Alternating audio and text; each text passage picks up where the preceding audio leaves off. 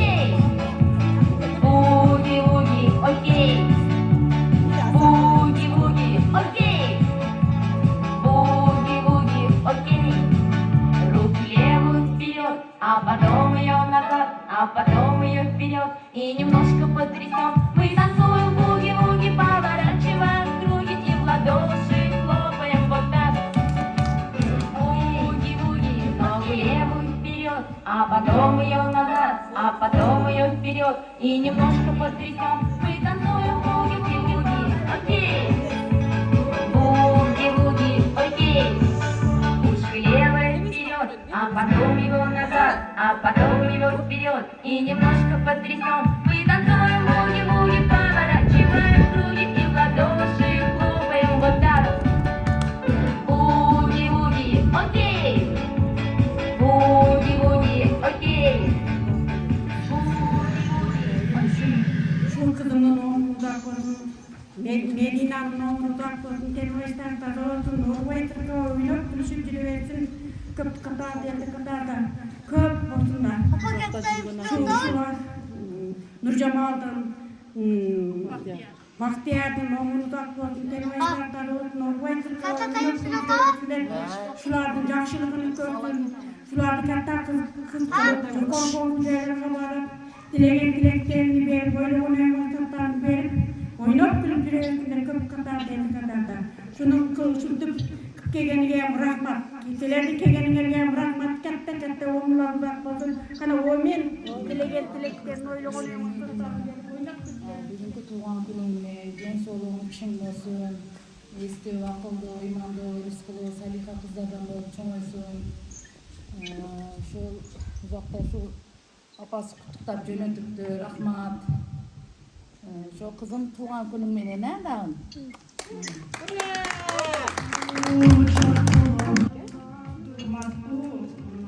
Geçen konukları, Aksakal degan, Dilaram degan devreşi, Ülken kızın kızı Medina tuğan gününe kutuptaş kızdan koyu kelip oturabız. Şu kichine dasturxon jayıp çakıran konuğumuza siyluu bolup kelsin. Rahmat, bizni siylauga çakırganыңыздарга Medina Zikam baktılуу, deni sooluктуу, imanlуу, akıl estүү, ата-энеге күйүмдүү, окууларга жалаң бештеген баларды каалайм. Айлы, Медина? Şu çevrelerinden dilegen dileklerini versin, oylamanın Oynamasaklarını verip oynap götürebilirler. Bu benim çevrelerim. köp katar değil, katar da oynayıp Şimdikiler kızıyor. mafyada, Cahşı eseraman işte. Ondan daha çevreleri var, 3 tane. Cahşılar büyüklerden bol görüşürüzler. Rahmat sizlerle beraber.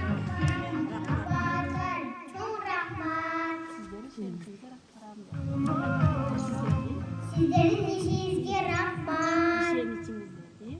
İşinizge rahmat. Rahmet. Ne nasıl olmalı? Hay Kenan söyle oğlum. Sizleri coşkurun. Apa hadi. Hadi.